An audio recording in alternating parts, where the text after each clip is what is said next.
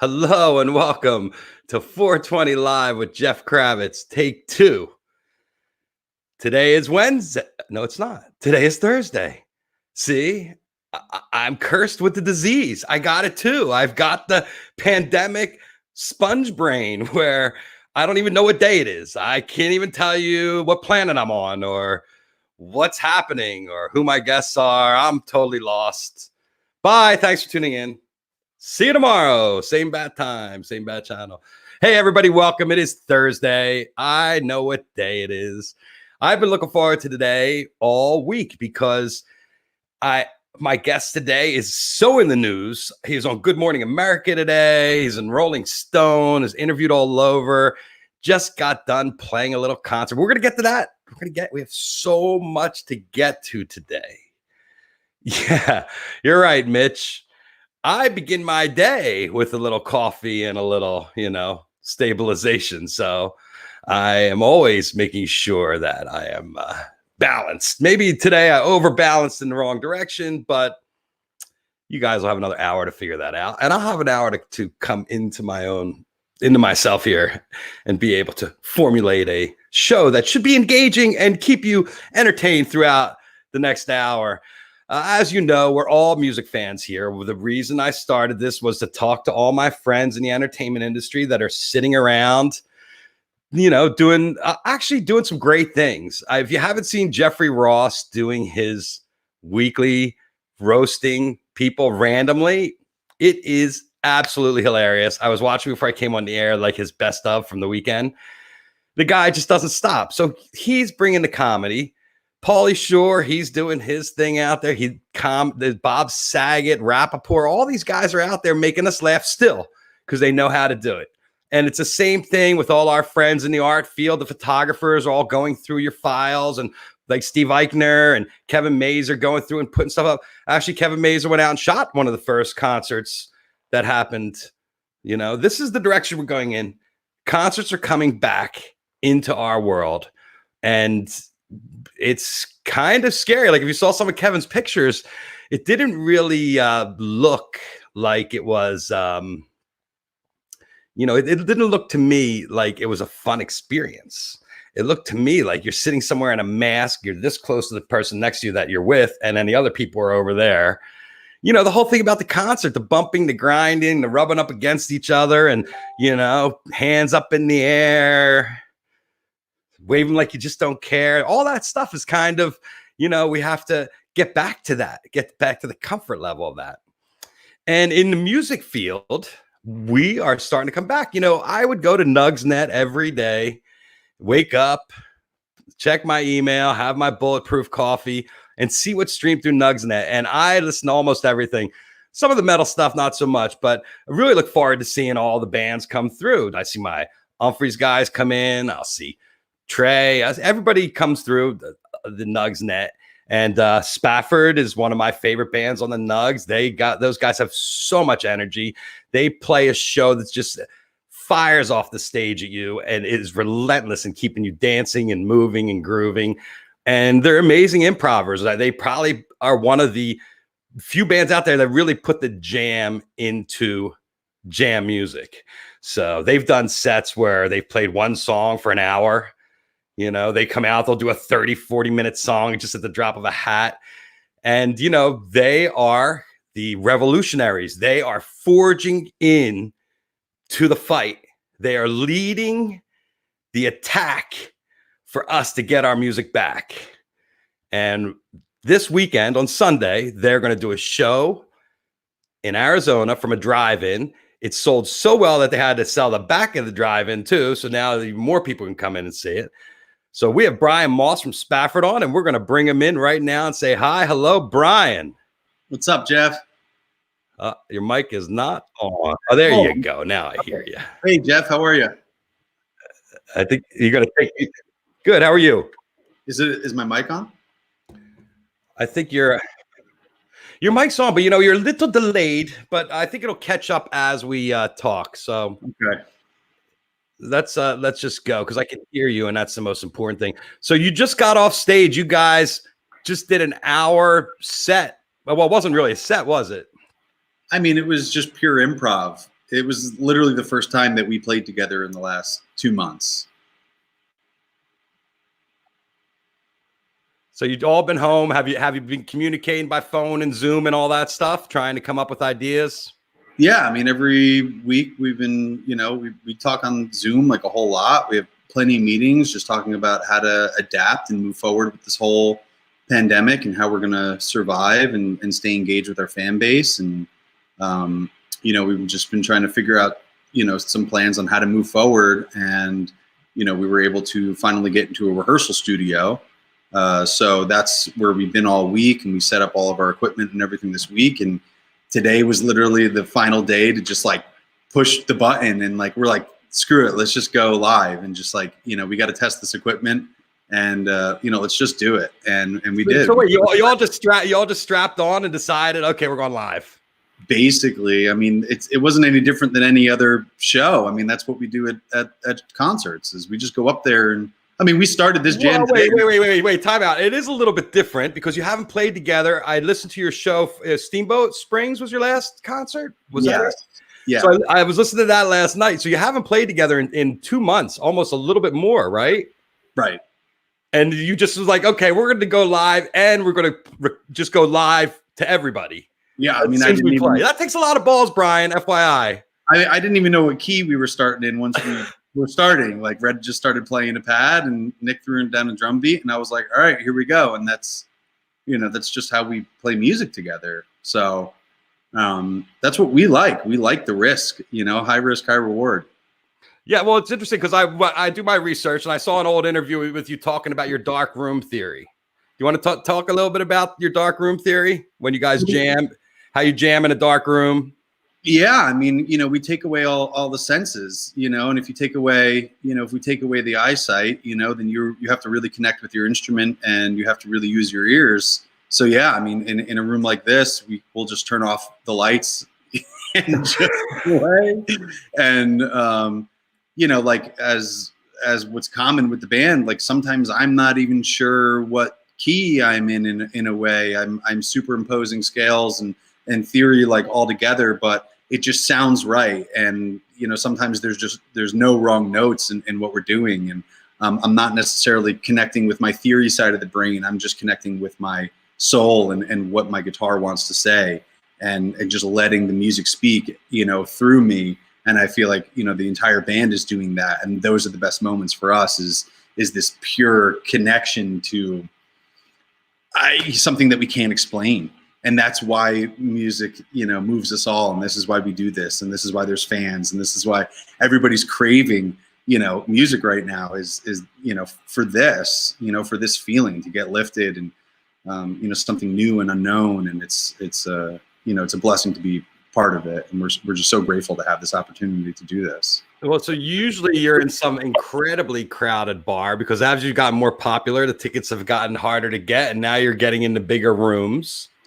And now now you have to think about getting in rooms that are so big, everybody needs to have a car with them in the room. Yeah, it's a little interesting being on a big festival grounds, but, playing in front of vehicles and instead of a sea of people. So it should be interesting, but we're definitely up for the challenge and, can't wait to see what's going to happen. We don't think there's going to be any skip in the energy. We think that everybody's going to be, connected with this. And that was one of the reasons why we decided to really go with the PA. There was a lot of talk around this on whether or not we were just going to do the FM transmission. And, with the FM transmission, we were like, let's just do the live PA so people can get that feeling. They can feel the kick in their chest, and they can feel the bass, in their bones. And that's really important. That's part of what we do. So, it's going to be cool. Well, are you going to have a PA out both sides? Is that the way it's going to work? You have speakers out both sides because you have people behind you now too, right? Because you want to increase capacity.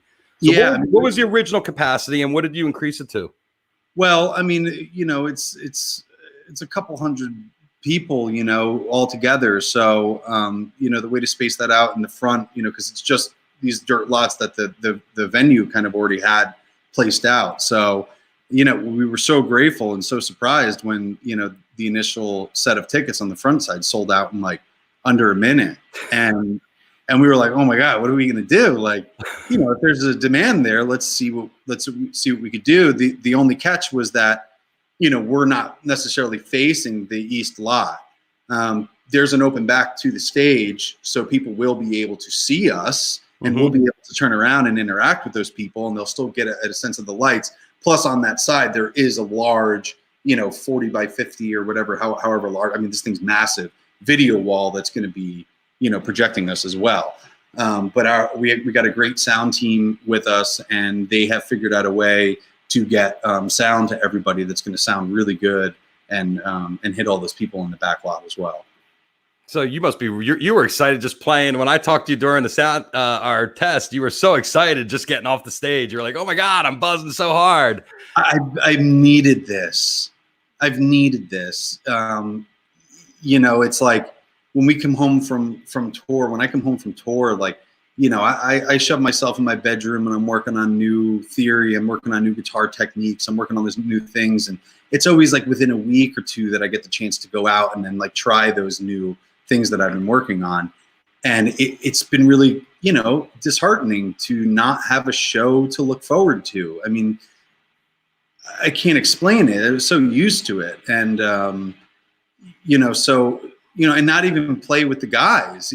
I just have like a little looper pedal at my house, and I'm my own backing track, and it gets boring after a while. I'm not really using effects. I'm not really messing with that stuff. I'm just studying like hard guitar theory and stuff. So it's just been awesome to be able to come in here, and that was kind of the idea with going live, is like, let's let people see exactly what it's like for us to get together for the first time in 2 months, because that was it. That was the first time that we played together, and we were like, let's just do it live. And so everything just comes to you guys as inspiration and in the jam at the moment. Like, you guys are just playing off each other. I mean, that the darkroom exercise is very similar to stuff that I read the Fish used to do, the filling in the hay hole and all the way things that they used to do in their jam room to try to build. It's a team building thing. It's just being able to trust each other literally down a dark hallway. Yeah. I mean, we've read about the hay and heard about that. And we've done that a couple times with the band, just to find your own space. One of our old mottos in the band was know your place. And, as a guitar player, it's like, all right, when can I speak, or when should I be laying back and playing rhythm and comping for somebody else? Like, before every gig that we go on, we always do like a big huddle and like a prayer, so to speak. And, we always say, listen to each other. When someone is speaking, let them speak, and if you want to speak, like, let it be heard. And how do you figure out, like, do you go out with a set list, or because you're all over the place with your sets? So how much in advance? Well, I think like one of my favorite things about this band is every night is different, and every time we play a song, it's different. And whether we're segueing into another song or just the jam itself, like we really don't know what's going to happen, and I can't explain it much more than that. It's this, like I said, high risk, high reward, and we go into it like just dangling on this edge, every song, every set, every single night. And sometimes we just like to dangle it a little bit further and go out there with no set list. And like, those are the best nights, they're most fun for us. They're most fun for the fans, and it makes the night go by really fast. So when you're doing like, 5 nights in a row and you're traveling however many hundreds of miles in between gigs and stuff, it's like, it gets daunting out there. I'm not going to lie about that. And sometimes, it's like, oh my God, the night's over and I don't even know where it went, but I'm pretty sure some amazing music came from it. Well, like you did one set this winter, I think, where you played one song, and for the whole set, it was like an hour song. So was that a pre-thought thing? Because that is a lot of jamming. I mean, you just played for an hour now, so obviously for you guys, it's like breathing. But right. Yeah, I mean, it was similar to that. We went into, I remember that night specifically. We went into it with, there's always like a set of songs that we have for like the week or for the show. If there's a new song that we've debuted, we kind of want to sprinkle it in like every 3 shows or 4 shows or something like that. But, we were there building the set list, and I think Jordan was the one that came up with like the songs for that night. And he's like, hey, these are the songs that we haven't played within the last, 5 or 6 shows. And then there's those real rarities that are always in the bottom and stuff. So, that helps us kind of piece this, set list together. And at the bottom of the set list, he wrote Jam. And we were like, it was like probably an hour before the show, maybe even a half hour before the show. And we're like, man, we're always running so late with sound check and eating and, catching up with this person and that person. The day goes by really fast. And while we were building the set list, I think Red or whatever was just like, let's just do that one, and it said Jam on the bottom. And we were like, yeah, that'd be great, and, in some way, like, for us, like, it doesn't really matter. Like a Monday or Tuesday or Wednesday night have definitely deemed themselves to be even more ragers than a Friday, Saturday sometimes. But the way that, tours are built from our agents is like, they try to build into those major markets on the weekends and stuff. So we're like, oh, okay, maybe we want to save like some of our like bigger hits, for the weekend and stuff. So, but then at the same time, the weekend wants the full jam night. So, right. By playing that jam on the Tuesday, which I think it was a Tuesday or Wednesday that we did that, we then saved like a lot of songs that we could play on the weekend. But then everybody on the weekend is like, well, why didn't we get the jam? Where's our hour jam? Yeah, where's our hour jam? So there's some thought that goes into it in a way, but yeah, it's just as we're always kind of flying off the cuff. I mean, we are very improvisational people. We just like to have fun with it. Well, how do you decide that, okay, let's go into a song like that? Because you're right, you could just jam all night, and then you're like, oh, is it more of an agenda? Well, like, I want to play these, I want the audience to hear these are some new things we've been working out, like, because you definitely have an agenda to what you want everybody to hear, right? Yeah, I mean, there is, like, if we picked a song that's catered to the demographic in the crowd, or maybe the city itself or something, like, yeah, it's like, oh, we definitely want to get to the song. But one of the things that we say is like, like, if the jam is going, don't cut it off. Don't, because like for us, like, you push past this point when you're playing together, and you may be 20 minutes into it, or you could be 30 minutes into it, and you reach this place with the music that you would have never gotten to if you didn't persist that long. And maybe minute, from 20 to 27 is like a little haywire, and like things are kind of a little weird. And then like it starts to click around like 28. And then like, by 30, you're like, oh shit, like, how did we get here? And we're thinking the same thing on stage. And like, why would you pull the plug on something like that? So, so we let it ride, and sometimes exhaust, these jams, or, I mean, they're obviously jams, but it's just big improv. I mean, we are all speaking and like, making this meal together. And that's what we're looking for. That's what makes us the happiest on stage, is when we have those moments, and like, they have this triumphant peak finally after all these movements and all these things, to finally get to this one section that came out of nowhere. And yeah, like we wouldn't want to cut that off, but sometimes it's not working. And we kind of know. I mean, we've been playing together for a while, and like, at some point, is that a whole night thing, or is that a song by song thing, where some nights you're just like, eh? No, I think that it's just by like a song, Sure, there are some nights out there. Well, I've definitely seen jam bands have difficult nights.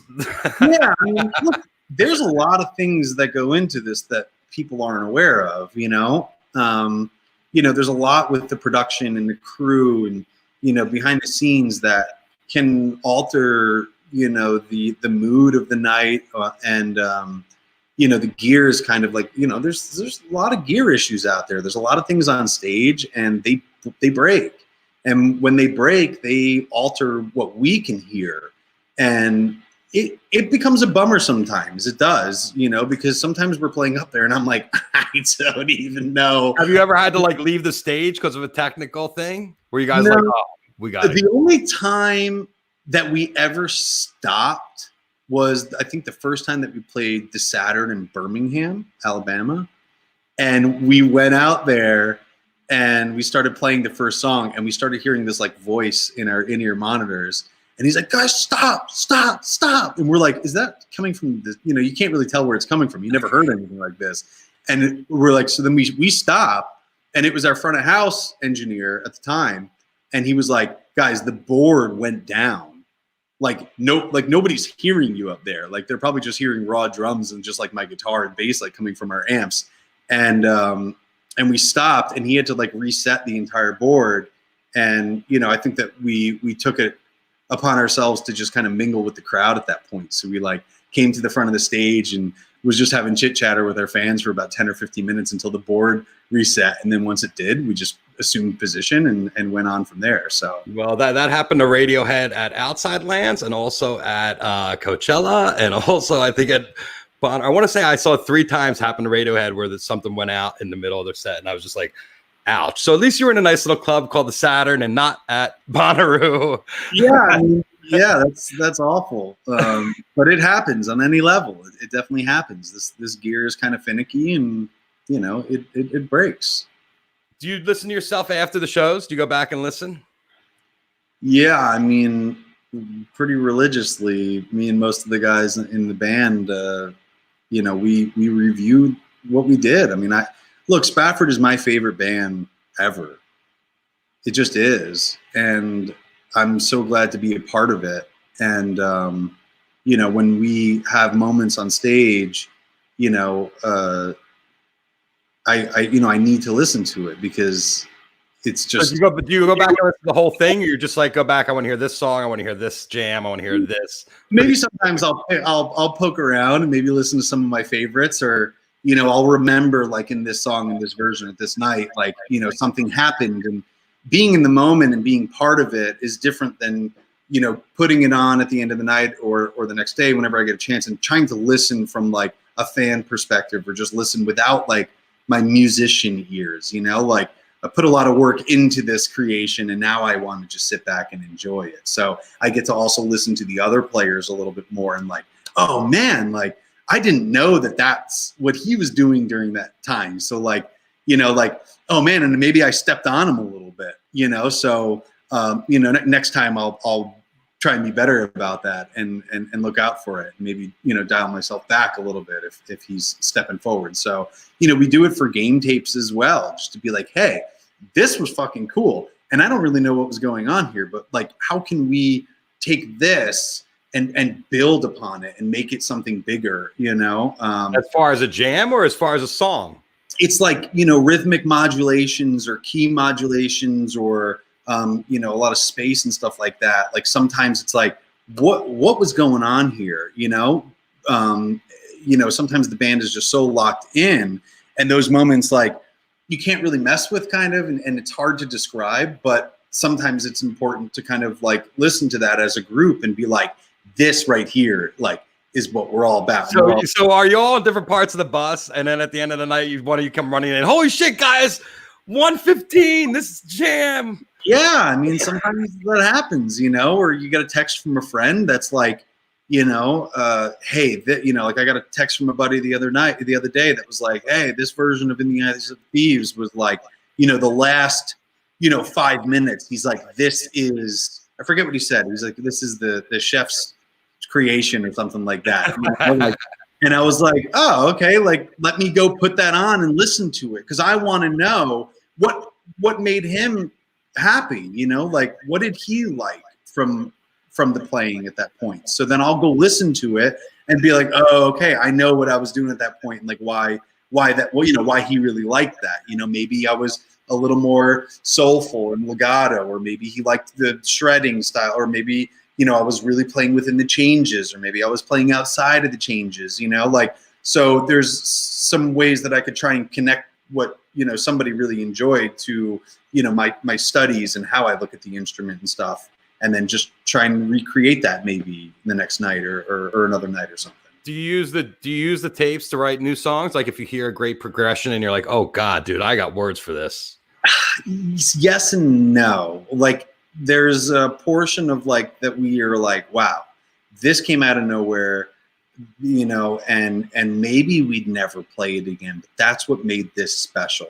And we're no shortage of the musical combinations that make up a jam or make up our jams. There's no shortage of it between tones and rhythms and keys and, you know, any direction that this thing can go. Like there's just so much to look forward to all the time. So, but maybe once in a while we have taken something, you know, maybe in a practice room and then like turn it into something and, you know, turn it into a song. And, you know, that's where it kind of came from. It was born from like this jam that maybe nobody heard.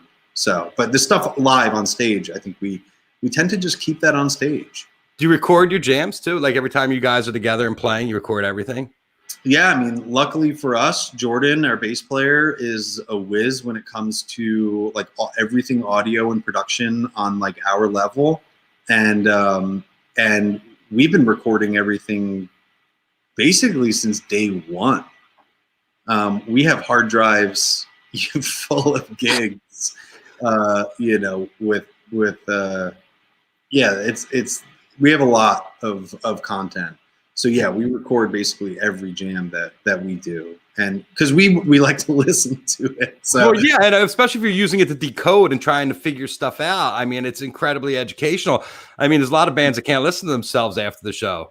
They just like, okay, right. I think that's what kind of helped us. We try and leave egos like at the door, and you know, I've gotten a call from Jordan where he's like, you know, I used to use this pedal called the OCD. A lot like back in the day, and if you hear a lot of like 2011 2012 recordings, like I hit this overdrive pedal and it's like, I mean, it is chunky, you know. And after a while, like, you know, he came to me and he's like, hey, look, like I kind of think that overdrive is like a little too much like for the sound in a way. And you know, using this as an example, this conversation has spread from any one of our members at any time throughout the past, you know, 10 years basically, to say like, hey, like when that happens, it kind of maybe, you know, throws me off a little bit, or maybe it doesn't sound right, you know, like is there some tweaks or something that we can make to it? So you know, like that pedal, like I wound up getting rid of it, and you know, and had to pick up some other pedals to try and attain like the same feel for what I was looking for, but something that's a lot, you know, smoother for the band. So what's your overdrive pedal of choice? Are you a tube screamer, analog man? Do you like the analog man pedals? I play a you know, I was big into the TS9, you know, just for the original TS9. Yeah. I've had so many of them. I feel like some have sounded better than others. I've broken like a lot of pedals, you know, throughout the years, and just had to like, you know, go to the store and get another one just to, you know, get it back on my board so I have something for the night. But after a while, because I had that OCD, and then I was you know, doing like, you know, stacking from the OCD and the TS9 and stuff. So when I got rid of the OCD, I wanted something else, so I wound up picking up a BB preamp from Exotic Effects, and that pedal has been a staple on my board for more of that, you know, extra drive, but didn't have like all these like harsh overtones that the OCD kind of had. So I was able to dial that in a little bit better. So that's how my gain stacks like kind of go is BB preamp and my TS9 now. How many pedals you got down there? I mean, there's quite a bit of pedals down there. Yeah. How do you keep the buzz? How do you keep the buzz from happening? I mean, that's every guitarist. The more pedals you put in, and you start getting buzz in your chain.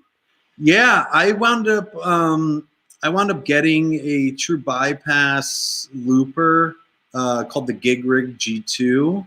Mm-hmm. And I think that it's helped me kind of eliminate, you know, for a multitude of reasons. Like if a pedal was to go out, it kind of just takes it out of the chain, and it's just, you know, like everything is still working. Gotcha. So that helps. And there's a lot of like buffers and things going on here. So most of it that I still don't understand, and I wish I did, but my brain is occupied most of the time. So yeah, I'm sure. Yeah, you know, but it has eliminated a lot of like buzzing and stuff like that. So, but other times, like, you know, I deal with it. Like I can hit my pedals and I hit my stack sometimes, and this thing wants to just scream. And that's the tone that I'm playing that night. I mean, sometimes different venues, my guitar just reacts differently. The pedals react differently, and we can't explain it sometimes. It's like when people come in and, the humidity in the air changes and all that sort of stuff. Like my pedals just kind of sound different night after night. So I just deal with it and just have fun with the tones that I'm producing that night. Talk about some of your influences on guitar. Who made you pick up the guitar? Was your dad? Your dad was a guitar player? No, God no. No. He has a hard time playing the radio. Those are his words. That's an old dad joke. Sorry, Pop. I love you. No, I mean he did introduce me to Pat Metheny early on and Al Di Meola very early on. So they're big influences of mine for sure. Obviously I grew up listening to, Fish and Grateful Dead. So obviously Trey and Jerry, have been big influences as well.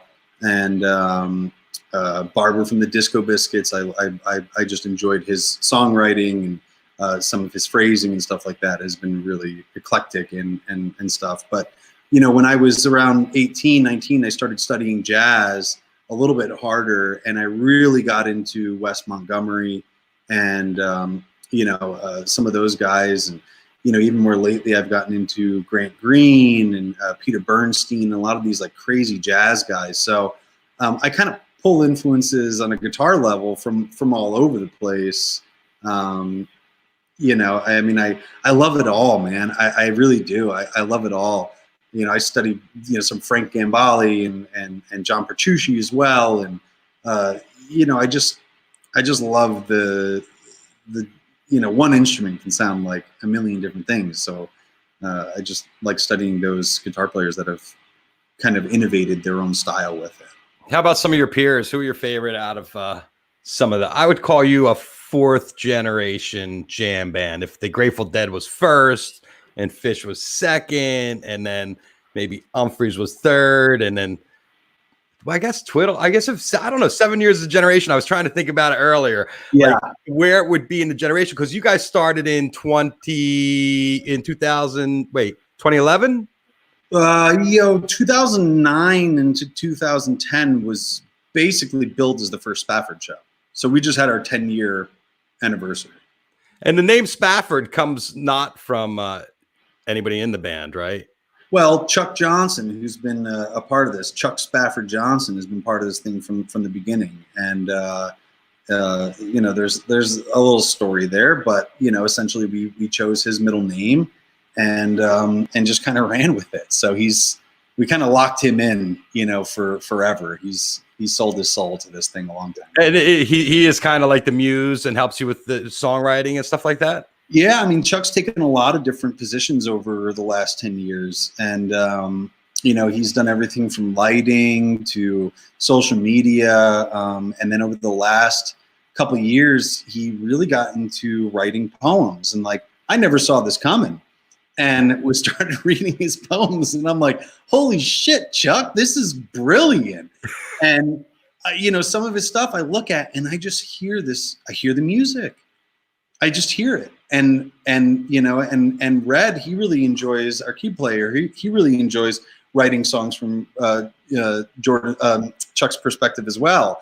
So I can't imagine what it's like for Chuck to just write this poem out and then a couple of weeks or a couple months later or something like that, one of us present him this song that we created from it. And he always, says that he thinks it's really cool to hear our perspective on how those words, came, what they mean kind of, and how it came about into a song. But in the early days, he was touring with you, I guess, all the time. Yeah, I mean, he was the fifth member of the band, and he was the light guy. So that's what we needed. That's all we thought we ever needed was just the band and the light guy. And boy, were we wrong, because now we go on tour, and I think that we get outnumbered by our crew, by 2 or 3 guys. So. But we did great, and we had Chuck on our last tour. He was helping a lot with merch and social media and all that stuff. And today and 2 days ago we handed him this this unit for this video switching, and we're like, okay, looks like you're the video guy now. So Chuck's the one behind the video, doing all the. Oh, he did the camera selections on the jam. Yeah, that's Chuck. That's great. Brilliant. So he's very adaptable, and he's just amazing to work with, and we wouldn't be here without him. So we named the band after him. That's a beautiful thing. And then you had Ben Factor, and Ben's now going on to Humphreys. You got a new lighting guy, or? Yep, yeah, new lighting guy, Matt Collier, out of San Diego. He was with a band called Brothers Gow for a long time, and we were able to get him on the road with us as a tour manager for a little bit. But Matt always, really had the skills for lighting. And when it came, when Ben took off, we were able to give Matt a chance from tour managing over to lighting, and he's been doing great ever since. So it's just been awesome. And I'm sure he appreciates not having to deal with everybody. Yeah, he did a great job as tour manager, but he's not as good as our current tour manager. Yeah. He's much better at the lights. I love you, Matt, but that's you got to find the roles for everybody, right? Not everybody. Absolutely. Yeah, it's definitely part of it, And as you want to build this thing and keep scaling it up, you got to find people that they're going to scale with you, and that's where that crew comes into place. Well, one of the unique things I thought about Spafford is you guys are a West Coast jam band. And there's not really that many. I started to try to think of them. And I guess on the West Coast, the problem I see is that everything's further apart. So like if you're a young band, you got to go places to play venues. It's like 6, 7, 8 hours. We're on the East Coast. You could be in one city and hit a bunch of different colleges in an hour and a half drive. Yes, sir. That was our dilemma starting in Arizona. And it led us to, that if we want to go out, we kind of got to go out for, weeks and weeks at a time to make it, financially stable for us. And, once we started pushing further and further east, we started gaining all those fans. So we were able to continue doing that. But yeah, the first couple of years, we'd do a weekend in Colorado. And it was like a 17-hour trip to get up there and get back. 17 hours there, 17 hours back in the van that we were in. And not an easy drive because a lot of this, right? Not an easy drive. We've had plenty of breakdowns and all those stories, and try and get back to play a church gig on Sunday or something, and then we had school on Monday. So we were just doing these one-offs, like going to New Mexico. We built a great fan base in New Mexico. And we were hitting that a lot, but that was still like about an 8-hour drive for us, and we would do California a little bit, but and that's a long time with the guys in a tiny little space. Yeah, smelling each other and complaining, and I'm sure they were some fun trips, but everybody had to get in each other's nerves, right? Yeah, I mean, of course, but we all have respect for each other, and we're all living life and growing up in life just as we are with this band and everything. So that not gets in the way, but that's like a part of it. And we've all been through so much through these last 10 years. We started this thing, I was 25 years old, basically, and I've gotten married since then, it's been like one hell of a trip, between us. And now you're all professionals, you're men, you're not kids anymore. You have real responsibilities. You have people to answer to, like you say, your wife and right. Family.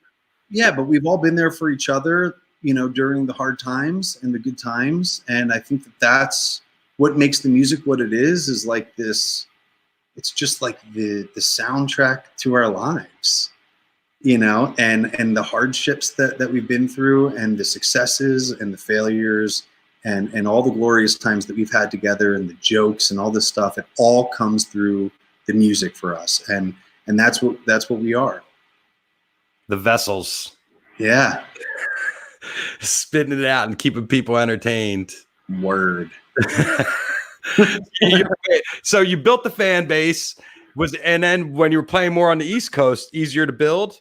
on the East Coast? Or I mean, I would were you say getting a little pushback from the fish heads and everything else? I'm not worried about it. We're out there doing our thing, you know. Like it doesn't. If you like what you hear, come back. You know, if you don't like it, then don't come. You know, I'm not worried about it. You know, there's enough people out there. There's enough love to go around, and you know. But you're right. I mean, per capita, there's a lot more people out there, and it's just great when we get to go out there and. You know, we're like, oh my God, we're in Philly tonight, and then tomorrow we're in Brooklyn, and you know, it wasn't a long bumpy drive to like get there. I mean, it was a bumpy drive, but it wasn't, you know, 8 or 9 hours to get from one to the other. So, and you see how easy all the jam bands that grew up on the East Coast and why they were all so successful is because they could play those college circuits and be everywhere real quick. And it's one of the reasons I think we didn't have the proliferation of bands on the West Coast because it was really hard to build an audience. I've seen bands on the West Coast. I could spatter a whole bunch of them, you know, that are still out there grinding. And there was nothing different that, you know, they did that we're doing. You got to get out there and you got to get on the road, especially being around here.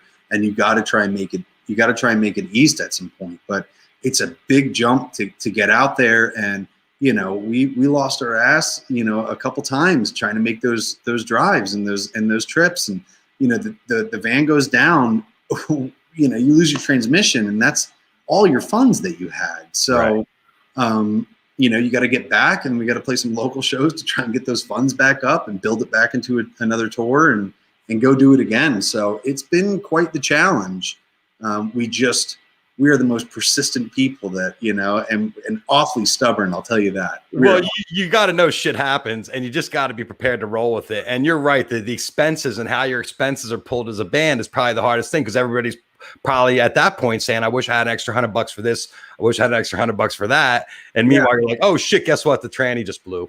Yeah. And, you know, we all held on to jobs, you know, during this and we were going to school at this time. And, you know, we were working, you know, 90 hours a week, basically with all of this, you know, on the weekend, you know, putting on our Superman costumes and trying to just go be rock stars for the weekend. And then we come back and, you know, and go to school and be a student, you know, and we did that for years.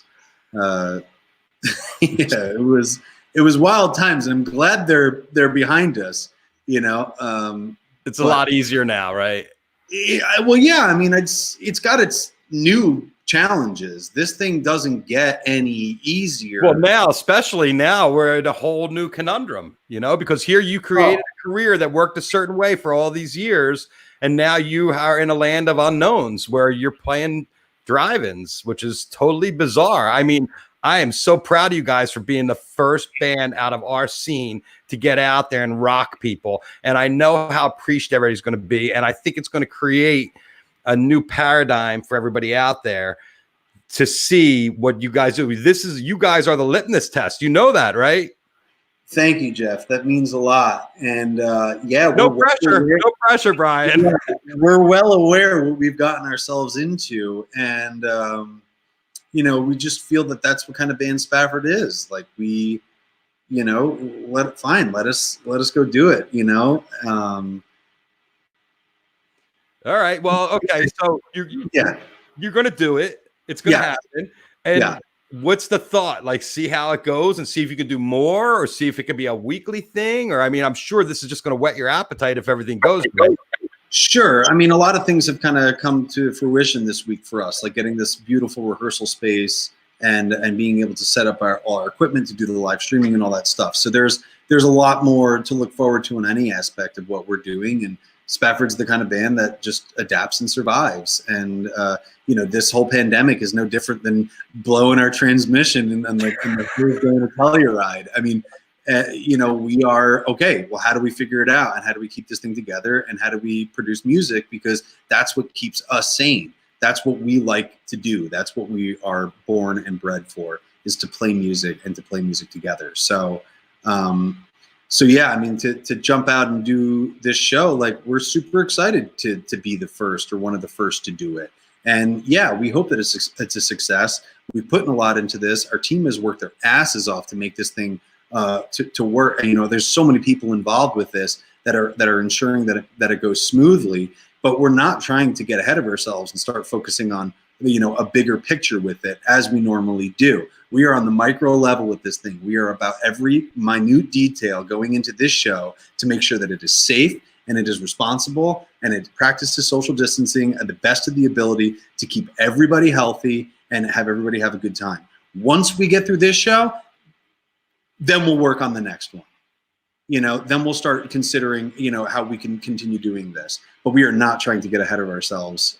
We are putting all of our effort into just this one gig. Probably a good idea is just to see how it goes. So walk us through. You're in your car. You're going to see Spafford at the drive-in. You pull up, and what happens when you pull up to the door? You get your temperature taken or anything like that? Everybody have to have a mask. I mean, we are highly encouraging that people wear masks there. I think that some of those details are going to be released, this week and leading up to the show, but you will be guided by an attendant to your spot, and you have your spot, which is, sectioned off, and you're far enough away from any other cars. And we are just asking our fans to be as responsible as possible.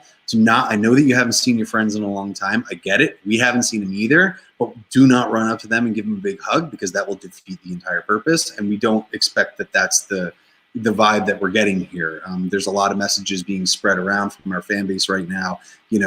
People are watching us, and be safe, be smart, be responsible.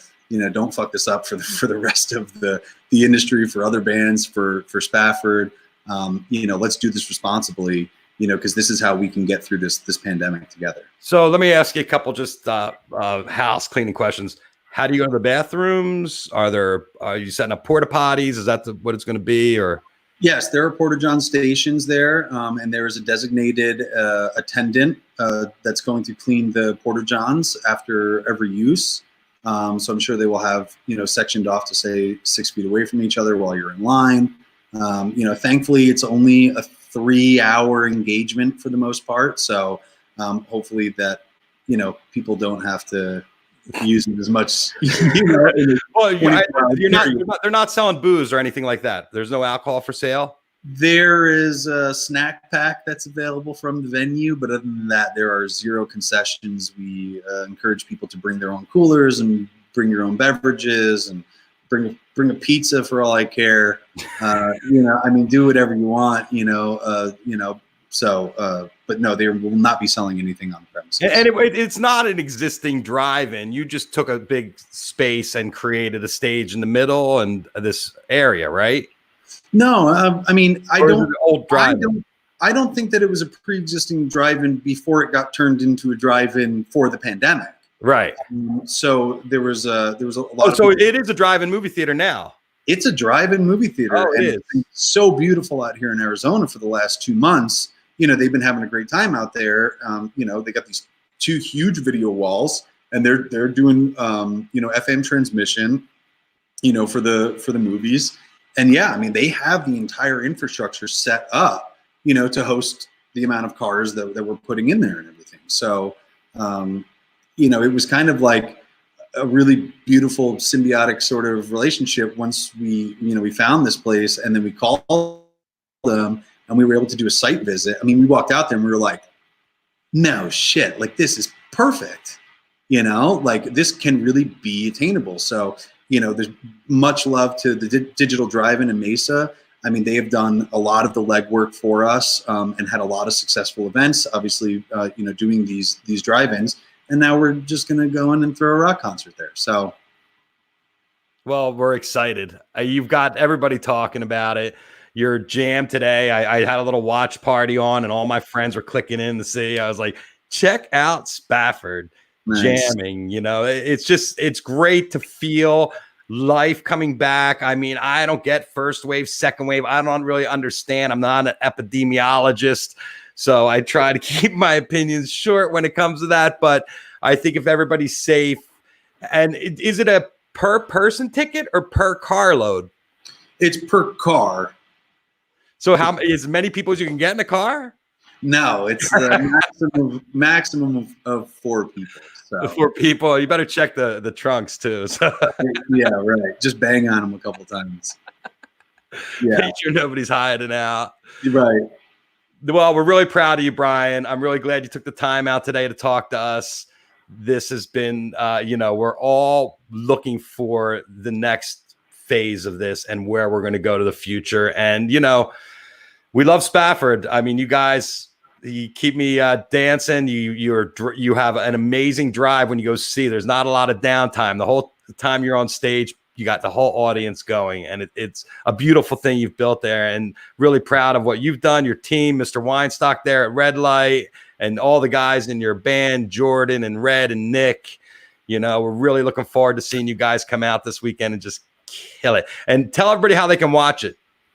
You can watch it via live stream for free on our Facebook and our YouTube. So check out Spafford.net. You can also view it there actually too, but check out Spafford.net to be, sent over to all our socials and stuff. And please, link up with us, drop by, say hi, leave a comment, leave a like. And then your jam from today's up, isn't it?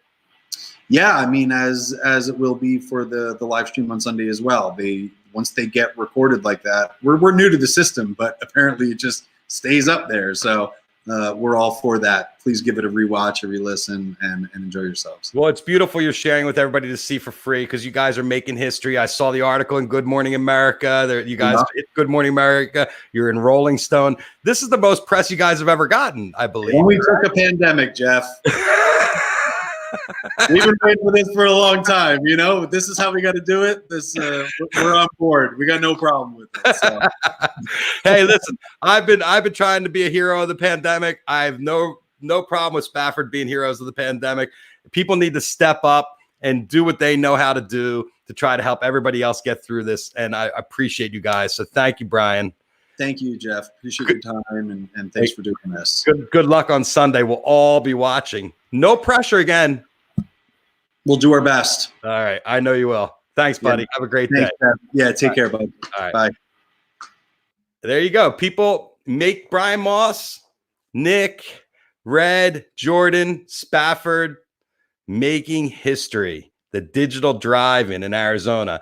Also, we didn't get into was they're doing Quarantine Comes Alive. That's Pete Shapiro's thing with our friend Ari Fink, who we had on Tuesday. Ari didn't even tip it. The guy's like a steel trap. He didn't tip it at all that they were going to do Quarantine Comes Alive and every band on the scene was going to step up into it and play. So I hope you guys enjoyed Brian from Spafford. Smart guy, dedicated to the scene. And, it's great. I mean, they learned how to jam from all my favorite jam bands. So, of course, they're going to give me what I want when I go out there because they're in it. They're in it to win it. They're in the moment. And that's all you can ask from a great band is that they're out there every night trying to kill it and trying to keep us entertained and keep us going. So hats off to Spafford and everybody at Red Light that's making this thing come around and people at the Digital Drive-In. And thank you, my friend Jason Weinstock. I know you guys have heard that name on the show many, many times. Jason's an old friend of mine. We are probably going to send Brian and the crew some Asher's today, not the solo pipe, some Asher's chocolate.